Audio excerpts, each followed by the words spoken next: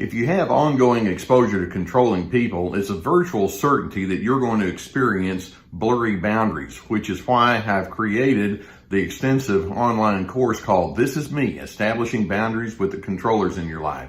There's a link below that will give you all of the details, and I hope that you would find it therapeutic.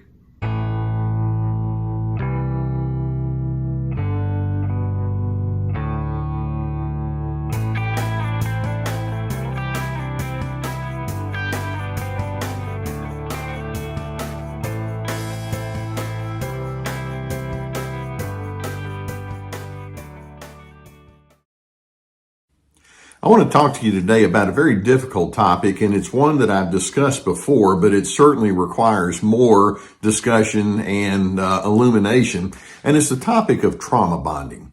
And specifically today, I want to talk with you about what the trauma bond does to you and your thoughts and your psyche, your emotional duress, because it's so important for you to recognize that when you've been bonded with a malignant narcissist, inevitably that's who that person would be, it takes such a toll on you that you begin to wonder, is there something really wrong and deficient about me? That's part of what trauma bonding, of course, does. And I'm here to tell you, no. You have to understand that the problem that happens with trauma bonding is you're with a very pathological person who themselves is very disturbed and dysregulated. They're the problem. They want you to think you're the problem, and so it's so necessary for you to see what they do to you so that you can recognize it's more about them than it is about you, and we need to adjust some of the thoughts and feelings that you carry about yourself. Now, before we get into that, and I'm actually going to read to you quite a number of comments that I've received from people who have been in trauma bonds. But let's remind ourselves what we're talking about when we use that term trauma bonding. Basically, the person who's been trauma bonded feels very self-limited. They're mentally and emotionally exhausted, and they feel very unworthy, specifically because of an ongoing toxic relationship with a hyper-controlling narcissist, a master manipulator. And one of the things that we know about trauma bonding is that as time passes, the recipient of that toxicity begins feeling weaker and weaker relative to the narcissist. And of course, the giver of the toxicity, the narcissist, becomes more and more diabolical. By the way, do you understand the meaning of the word diabolical? We also have diablo in other languages, but it comes from a Latin root word that just means the devil. It's evil. And it's truly evil when a narcissist in their malignant mannerism says, I need to make sure you know who's in charge around here. They grind you into the ground. They want you to have little to no belief in yourself because they're going to fill you with them. And so the narcissist demands your subjugation. They demand your significance, and over time, when you've been around someone that long, you become so habituated to the game that they go to. You're trying to seek peace and get rid of conflict, that you feel that if you do leave, then you're being disloyal, or you're wrong, or somehow or another you're the impossible one. That's the bond that happens. You stay stuck to them because the malignant narcissist lets you know, if you do something away from me, then that means there's something terrible about you. You need to stay underneath my subjection. Now, I have a whole list here that I just sat down at my desk and I wrote it out. And these are comments that I've received from viewers such as yourself and from other individuals that I've spoken with. And I want to read these to you. And as I do, I want you to see if you can identify with some or maybe even all of these kind of comments, because this is what happens to a decent person when they have been trauma bonded to a narcissist, and inevitably a malignant narcissist. Here we go. I've heard or read comments like this. I totally lost myself. I can't tell you how hard I've tried to hold the relationship together. I constantly felt it was my job to make peace. Nothing, and I mean nothing, ever satisfied that person. I had to choose to be a yes person or face serious wrath. I wonder how many of you have worried about that one. There was lots of verbal abuse and constant shame. You know what that's like? After all of the controlling demands, I would be left wondering, who am I and how in the hell did I get here? I had to comply with a capital C to that person, and I hated it. My worth, my self-respect weren't just stolen, they were trampled upon. To this day, I struggle with doubt and profound grief. These are words from people who've been in trauma bonds. I feel like damaged goods. Will I ever be accepted or lovable again? I was told repeatedly that if I left, it will not end well for you. I felt so alone. I had to get away from the toxic fumes, but I felt terrified. You know, I read through these kind of comments, and there are more, and I know that many of you can recall some or add to the list here. But I read through comments like this, and I'm thinking, yeah, this is what happens. This is what trauma bonding does to a decent person. That narcissist who's got such a strong control agenda and has somehow or another convinced himself or herself that it's a reasonable thing to grind you into the ground. They give you so many messages and there are so many experiences where they rob you of your own decency that this is what happens to an otherwise very decent kind of an individual. And I want you to understand that if you've been on the receiving end of this, you don't have to stay.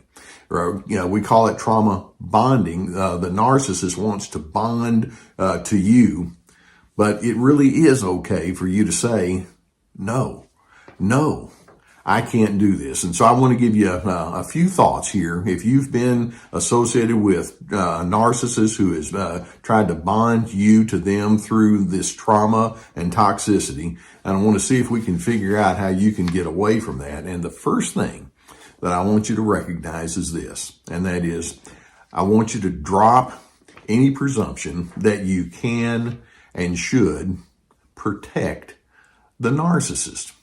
Let's keep in mind, this is a very disordered person. This is somebody that's very pathological, and you don't have to make excuses on that person's behalf anymore. I want you to remember that.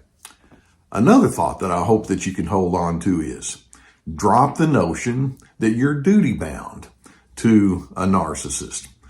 That notion was drilled into you by somebody who used what I call, they made heavy use of what I call imperative thinking, imperative communication. And basically that means you must, you have to, you've got to, you're obliged. There's a certain agenda and you cannot deviate from the agenda. That's a wrong notion. And when they came at you with that heavy imperative, they were speaking falsely. I hope you remember that.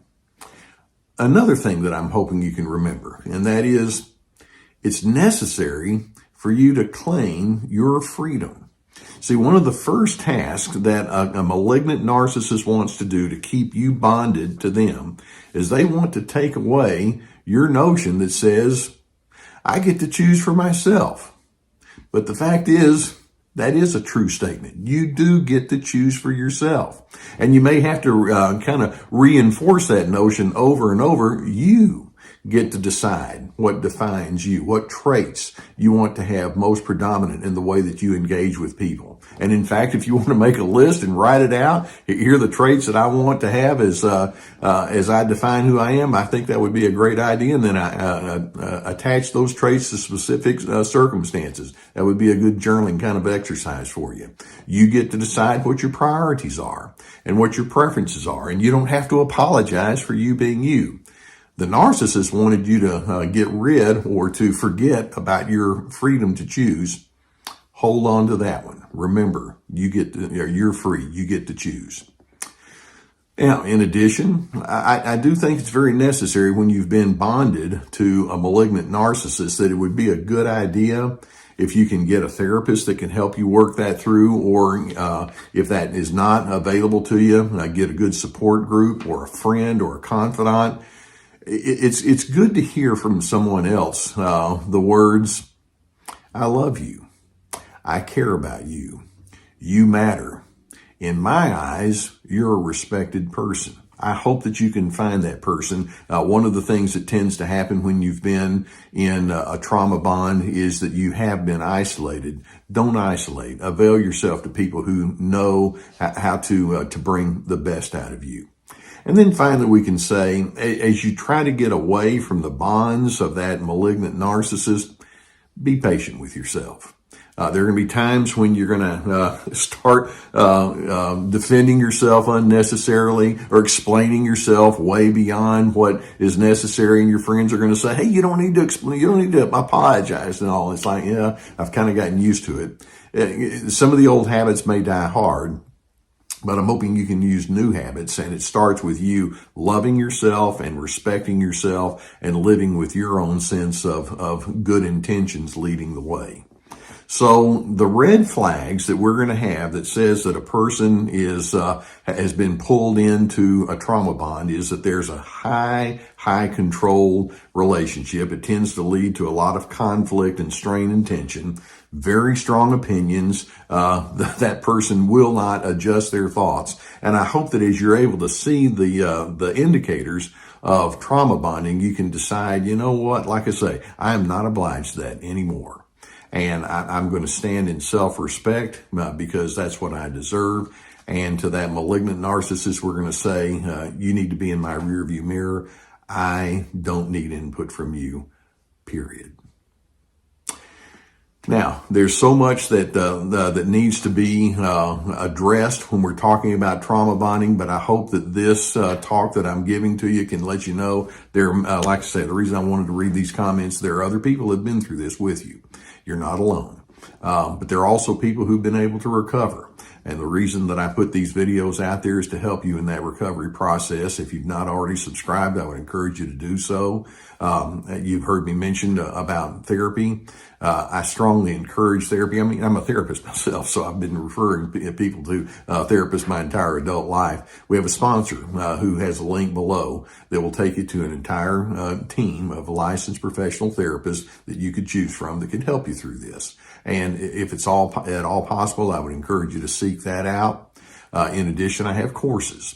And these courses, video courses, multiple videos, written material, and questions can walk you through finding boundaries and finding good relationship skills. And I would encourage you to avail yourself to those. I have my books and other resources below. I hope you hear my heart today. It makes me cringe when I know that there are some very immature and overbearing and condescending people who think that it's their job to get inside your brain and rearrange it to their nefarious desires. Don't let that happen. I hope that you can break free, and I hope that you decide that you deserve respect, starting with you respecting yourself. And in doing so, you can break away from that unnecessary bond that they attempted to create with you. Because ultimately, I want you to be a person of peace.